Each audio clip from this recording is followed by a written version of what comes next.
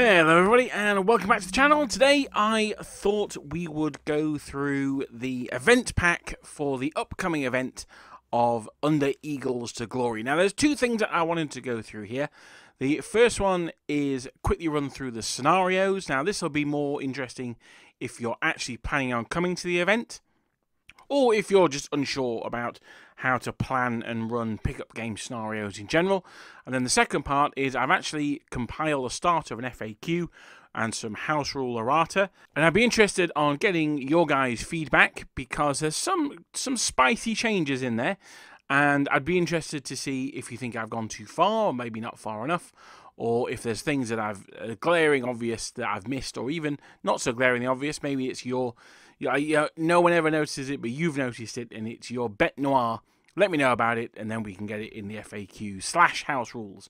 Now, the first thing is this pack is designed not to be competitive, but it is designed for gamers who don't regularly game together to come together to an event and play a series of games. And that's important because I think with most war games, but particularly a game like Black Powder, in which the rules are called suggestions rather than rules, then I think it's even more important that we have a set of principles that we can all agree on. And as I say, I think with something as loosely formed as Black Powder, you're going to have different groups that play different rules. Some will play just vanilla Black Powder, some will use the supplements.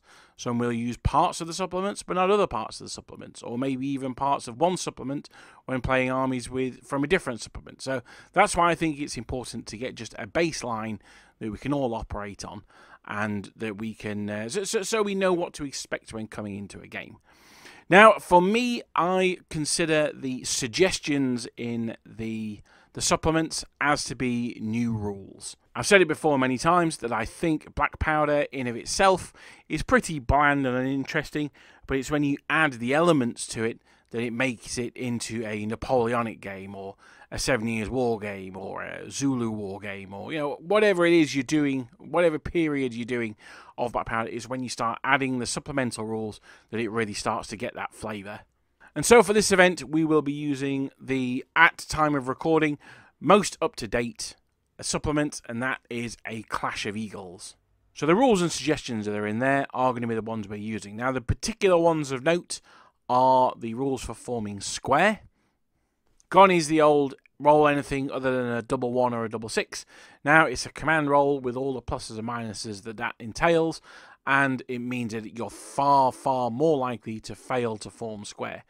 If you get caught out in line, there are extra negatives for being caught in line by cavalry as well. So if you haven't picked up a copy of Clash of Eagles, then I strongly would advise everyone gets a copy of it, because it's a really fantastic book. But particularly if you're on about thinking of coming to the event, or you want to follow along with the event, then I definitely recommend picking it up. But seriously, it's a great book. I'd recommend that you pick it up anyway. Now, the latest version of this pack has been uploaded to the Warlord Black Powder Napoleonic group on Facebook. So it is available there. If you look in the files section, it's on there.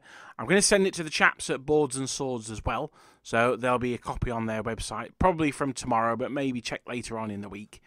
It's the one that's got a 2 in brackets afterwards. This is not the final version. I'm hoping to make a final definitive version that we will be using in the event, with some feedback that you guys give me here. But not a huge amount's going to change now. So if you're building your army, I can't see much is going to change in the army building stakes. Similarly with the scenarios as well, I've changed one of them from the first pack to this pack, and that is just because it's going to be a little easier to actually accommodate that on the tabletop. We'll talk more about it when we get to it. But the first scenario it's a fairly simple one. It's about controlling the center of the table. Is there any better way to force armies to fight each other than to make them control the center of the table? If there is, then I have yet to find it. Maybe maybe get your army off the opponent's board edge, but maybe we'll come to that later. So, yeah, the idea here is that you've got a counter in the middle.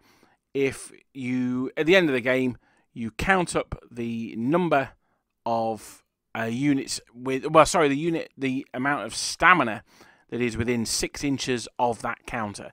So if you've got for infantry units, so if you've got an infantry unit of, say, stamina 4, because they're Austrian, they're large or whatever, then they count as 4. If they've taken 2 casualties, then they will count as 2. So it's the amount of remaining stamina within 6 inches of that counter that belong to infantry units. Now, I should have said that all games are at least 5 turns. At the end of turn 5, roll the dice. You roll the dice, and if that dice is a 5 or a 6, then the game ends. If the game continues, you go to turn 6, you roll the dice. On a 3+, then the game ends. And then if you get to turn 7, then the game always ends at the end of turn 7. So the variable game length means that you can't just have a last-minute rush onto the objective. If you go second, it means that you can run onto the objective and there's no comeback. You can't do that because you don't know how long the game's going to last. So when designing scenarios, I think that can be a really useful thing, particularly in a game that's I go, you go, the way that Black Powder is.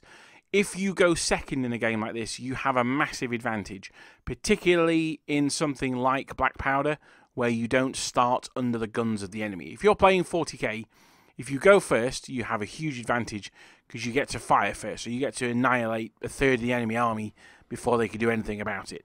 If you go second, then you have the ability to mob the objectives and your opponent's got no way of getting you off them.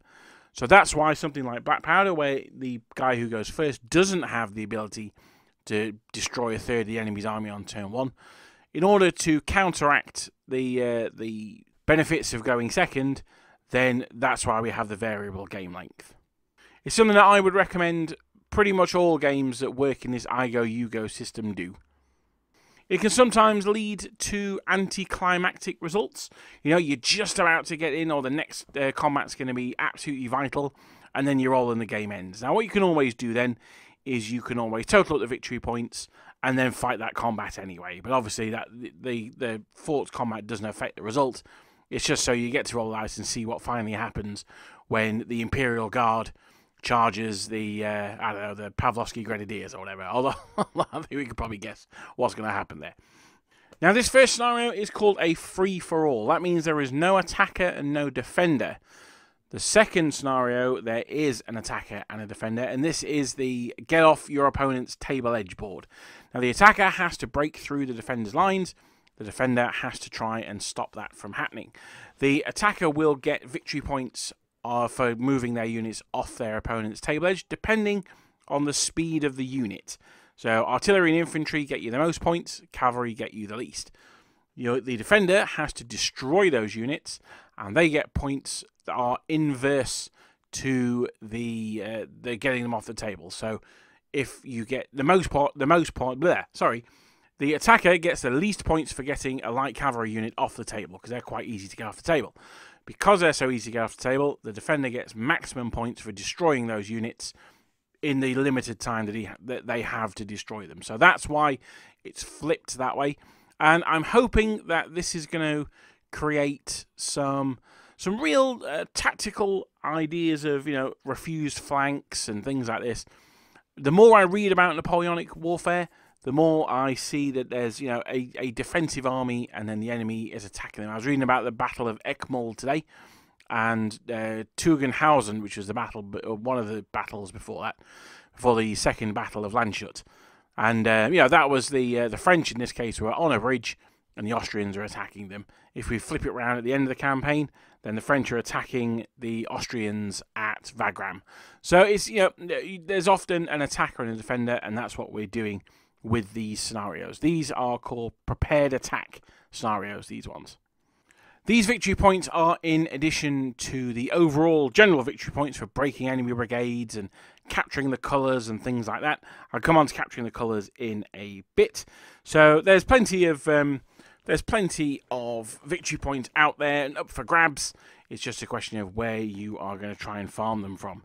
So the third scenario is going to be the escalation one. Now this is where you write an order of march for your brigades, and they come on the table. I think it's fought down the length of the table, this one.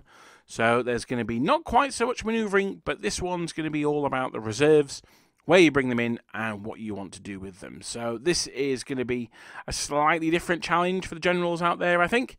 Strong scouting and screening forces are going to be useful. But ultimately, it's going to be about that big push of infantry. That's what's going to decide most of these games, at least I hope, anyway. Then the fourth one, this is the one that's changed the most. This is defend the town. So there's an attacker and a defender again. There's a built-up area in no man's land in the enemy's half of the board, and a built-up area in your own deployment zone. And you get more points as the defender if you hold the one in no man's land than you do in your own deployment zone, and vice versa for the enemy. If they can capture the furthest one away, then they get the most victory points. This is inspired by battles like Leipzig, down in the south, where the Russians are attacking through the University Wood and the double layer of villages that there were there. I say double layer because it's almost like, I've often described it as being like a dartboard with the doubles and the trebles, and the trebles are the villages on the outside. You take them, you get to University Wood, and then you've got to take the treble boards in the middle. Now, those of you who don't play darts, I've got no idea what I'm talking about there. There were originally 3 built-up areas in this, but I'm not sure we've got the terrain to stretch that. So that's why I made it 2, and I also think it just made it a little bit simpler as well. So those are your 4 scenarios. I don't want to go too much into them because you can read them at your own leisure. You can have a look at them yourself. The main thing that I just wanted to talk about was the design behind them. So these 4 missions are very different. You've got, as I said, the first one is about the sheer brawling power, the size, and the survivability to an extent of your army. The second one is more about being able to either move rapidly or react rapidly. The third one is going to be about how to deploy your reserves. And the fourth one is going to be just how aggressive your army can be, or vice versa, how defensive your army can be. I think, to be honest, it's going to be more about how aggressive the enemy can be in clearing out those buildings. The defenders, there's not really a huge amount they can do, to be honest. Although I say that, that's not strictly true. They can do localized counterattacks and things like that. So maybe I'm being a little bit unfair on the options for the defender there. Now, because you don't know whether your army is going to be... Let's take the fourth battle as an example, the capturing the enemy built-up areas. Now, you may have an army that excels at defence, something like the British or the Austrians, particularly good at defence. Austria is especially good because they have quite a low strategy rating, which means that they're best off not being expected to run around all over the place. The British, with high strategy ratings, they are, they've got more manoeuvrability than the rest, so they don't find it as difficult. But that said, some of the most heroic Austrian fights were done when assaulting enemy positions. I mentioned Taghausen earlier on. They were attacking the French who were in and around a wood. You've got things like the attack on the granary at Aspern-Essling by the Austrian Grenadiers. So you've got the attack of the Prussians on Linny, the counterattack, and I've slid away into the Prussians there. But these armies that you wouldn't necessarily think of as being aggressive, although the Prussians obviously are, they're by 1815. But the armies that you think may be more defensive, they absolutely can take it to the enemy. The Russians in the Battle of Leipzig. So, these armies have to be able to do multiple things. And you, as the general, the commander, you should be forming your army to multiple things as well. And this is where some of the people who think, tournaments are terrible, they're just about taking the most broken thing in your army and taking it 10 times. Well, no, because that's about the scenarios. You have to balance the armies with the scenarios. Now, as it is, A, this is not a tournament, and B, the way the Black Powder Army selectors work is you can't just take nothing but Karazias or something anyway, so that wouldn't be an issue. But the point is, by having a varied style of scenario, and not necessarily saying to the players, right, you will be attacking, you will be defending, when they pick their army, then they have to take a more rounded list. And this can go into your more general games. The Austrians, as I've said before, an absolutely fantastic defensive army, possibly the best defensive army in the game. However, when they have to attack, not quite so good. So it can be this thing of they're super powerful when they're defending, so maybe try and make them attack. If your battlefield is large enough, make the scenario and the victory conditions such that maybe they can defend on the right flank. They have to hold a village or a river crossing or something. And on the left flank, they have to break through into the enemy's camp. Or, something that's not really a Napoleonic thing. I guess Vittoria it was. But something like that where you've got... well, Vittoria is a great example because you've got the British, he fights with his air set on a hill. We'll have to kick him off it, as Rod Steiger would say. But at Vittoria, the British were attacking. It's about having these armies that are perhaps stereotypically good at one thing and flipping it, making them do the other thing. It's really interesting when you do that because it means that the French can, you're looking for different ways for the French to defend. Suddenly, my attack columns aren't all about that. I'm having to go into line. Or my Austrians, again, they're not in line, they're now in battalion mass and things like this. So by flipping it, you can present some new tactical challenges to the opponent. Now, that said, it can also be quite frustrating. When you're trying to order an entire army with strategy rating 6 Austrian troops, it can be frustrating. And then it becomes a bit of a feel bad. So you have to vary it up, and that's why I say if the table is big enough, or in this case, if there's multiple games across an event, you can have ones where hopefully an army that attacks on turn 1, or game 1 rather, can be defending on game 2. Now, there's no guarantee of that, but you would hope over the course of 4 games, the army that's good at defending would be defending in at least one of them. So basically, you need to make a balanced army. Now, speaking of balancing armies, I thought we would have a go at balancing the armies on their power level. So scrolling much further down in the document, you get to Appendix B, which are some house rules and rules changes that I've made to the game. Now, there are some slightly earlier on as well in the pack, as you'll see it as you go through. Things like capturing the colours, being one that, the rule for that is going to be included in the game. So that is basically, if you destroy an enemy unit in close combat, you roll a dice. On a roll of a 6, you get to capture their colours. You can further roll to see which one you capture if they have more than one. And you get bonuses if you are cavalry facing infantry and so on and so forth. The rules are in the pack. The thing I used to hate the most about Death by PowerPoint was when someone would put up a PowerPoint presentation and then just read all the slides. It's like, well, you're just wasting my time. I can do that myself. So I'm not going to just read all this stuff out. It's in the pack. You can go and look for it yourself. Now, looking at Appendix B, it's mostly the things in red text that I'm going to be talking about here. These are the changes to the last FAQ. So if it's in black, then it's the same as it was in version 1. If it's in red, then it's new. Now, the first one is for general. And can units move through friendly units? Now, I am not a fan of this, so normally I would say no. However, I have said yes, but it will disrupt both units. The exception to this, and I haven't put it in the thing yet, is 2 lines moving through each other. So that's going to be allowed. That won't disorder the 2 units, but it will take a full move to pass through the line. So I need to word that in a funny way. But as it stands, you can move through your own units, but it is going to disorder both of those units. So I wouldn't recommend it.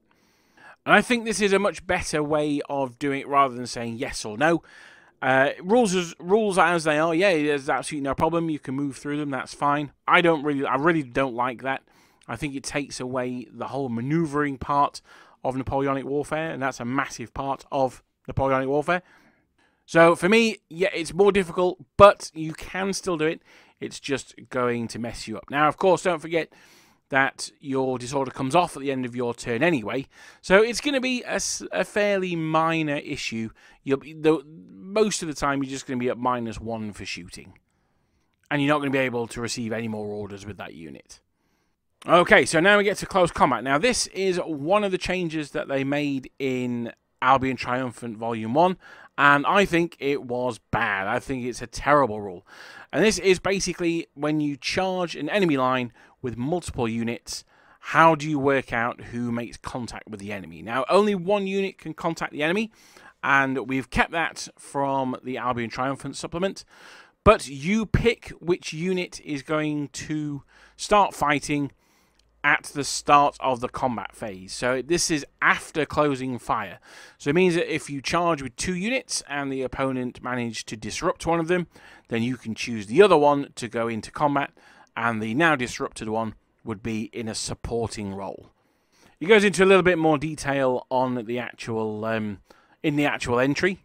But the idea here is to give some advantage to the attacker, because as it currently stands in Black Powder, the attacker is not really getting that much benefit. Okay, they are having... If you've just got a medium-sized unit versus a medium-sized unit, you have 6 dice that hit on 3. So that, on average, gives you an extra hit. The defender has got 3 shots that hit on 3s, because they're at close range when they're doing their closing fire, plus their 6 attacks that hit on 4s. Now, because they're hitting on 3s with the shooting, 2 of those should hit, and they've got a chance of disordering you, which the attacker doesn't have. So therefore, the onus has to be on giving the attacker a little bit of a buff. And I think this is okay. If you disorder the central unit, for argument's sake, then the attacker may still choose to fight with that unit because he's got supports to each flank and the rear. So he's on static res 3. That is going to be a command decision for the player to make, and that's good. I think the idea of Wargaming is to make the players make decisions. The next one is about fighting built-up areas. Now, if you're playing Scenario 4, then this one will be important to you. How long does the defender keep their defended bonus? It's until they lose a round of combat. Now, it's very difficult for them to lose rounds of combat, but they can do it. So that just means that the enemy have broken in, and now you're fighting inside the walls, or floor to floor or whatever. So you no longer have the defensive bonus in. And it's just going to mean that taking those defended areas is going to be a little bit quicker, particularly as we're playing what could potentially be a 5-turn game. So I've put one for army selection. I probably should have put this before general rules, shouldn't I, really? But I guess this is more meta. This is outside of the game. Now, I've included the rules for engineers from Clash of Eagles. That's fine. You can upgrade a single unit to include combat engineers for, I think it's 20 points. The Imperial Guard, which are a separate army in this pack, they can have both the engineers and the Marines of the Guard as well. So, yeah, or the engineers of the Guard, I suppose they'd be. Tough Fighter. Now, Tough Fighter is an upgrade for many, many units in the books. It is a single point to upgrade your unit to Tough Fighter. I have changed that, so it's going to be 5 points if they are... Sorry, 5 points if you are a standard unit, 8 points if you are large. So, well, I say standard point unit. It's 5 points if you're tiny to medium, and it's 8 points if you're large. 1 point, even for a large battalion, it's only 1 point. That's an absolute no-brainer. So if you have the option to it, it's not going to cost you 1 point. It's going to cost you 5 points. And finally, just a bit of clarification. I had someone ask me this question. When it says, for argument's sake, 1 battery per 3 infantry unit, brigades or whatever, that is per full of that number. So if you've got 3 infantry brigades, you can have 1 battery. If you've got 6, you can have 2. 9, you can have 3. There's no rounding up. So if you've got 5, for argument's sake, well, that rounds up to 2 if you divide it by 3. No. You've got to have 1 per 3. You've got to have the 3, or whatever that ratio is. Now, this is where I want most of I want the feedback the most. This is in the nation-specific questions. For the first one, we've got France and France adjacent, so that's troops that use the French way of battle, so Bavarians or Württembergers, Italians, that kind of thing. How long do you get the benefit for being in column of attack? Until the end of the first round of combat. The way that columns of attack will go is they will go in column, then they would try and form line. So that's by the end of the first round of combat. If the enemy haven't broken, then it's assumed that the units have started forming line. So you only get it for that first turn. Great Britain is next. Now, I have hit Great Britain with a couple of nerfs. So the first one is Gallop at Everything. It says that you have to advance towards the enemy if you win the combat. Now, I've just done a bit of clarification here, because, again, someone asked me the question, what about if you're shaken, you can't advance towards the enemy? Well, I've said that the craziness of the charge means in this case that you can. So I don't think that's neither a nerf or a buff. I think it's one. It depends on the situation there. Now, this is a slight nerf I've given the British cavalry with their furious charge or ferocious charge. They get to reroll all of their failed attacks. I've changed it so they get to reroll their failed attack for the first combat of every turn. So it's not just the first combat of the game; it's every turn they get to reroll them, and that's to represent that the horses get tired and things like that if you do a sweeping advance. In Hail Caesar, you have to roll the dice on a 4+, the sweeping advance is disordered. So it's a little similar-ish to that. It takes a bit of inspiration from there. It's just saying that the first charge of the turn, yep, that's absolutely fine. We keep it as is. But if you destroy that enemy unit, or maybe you just follow it up for a second round of combat, then your horses and men are tired, you don't get that ferocious charge. If next turn you charge again, then you get it for the first combat of that round. So I wanted to limit it, but not to reduce it altogether. I think the British cavalry is very, very strong, and I just wanted to tone it down a little. One of the earlier ones with the gallop and everything thing as well is I've said if there's not enemy in their front quarter, then they must go directly forward. If there are enemy in their front quarter, they can charge that enemy, that's fine. But if there isn't, then they must go straight forward. So that's the other thing that's going to hopefully just tie back the British cavalry a little bit.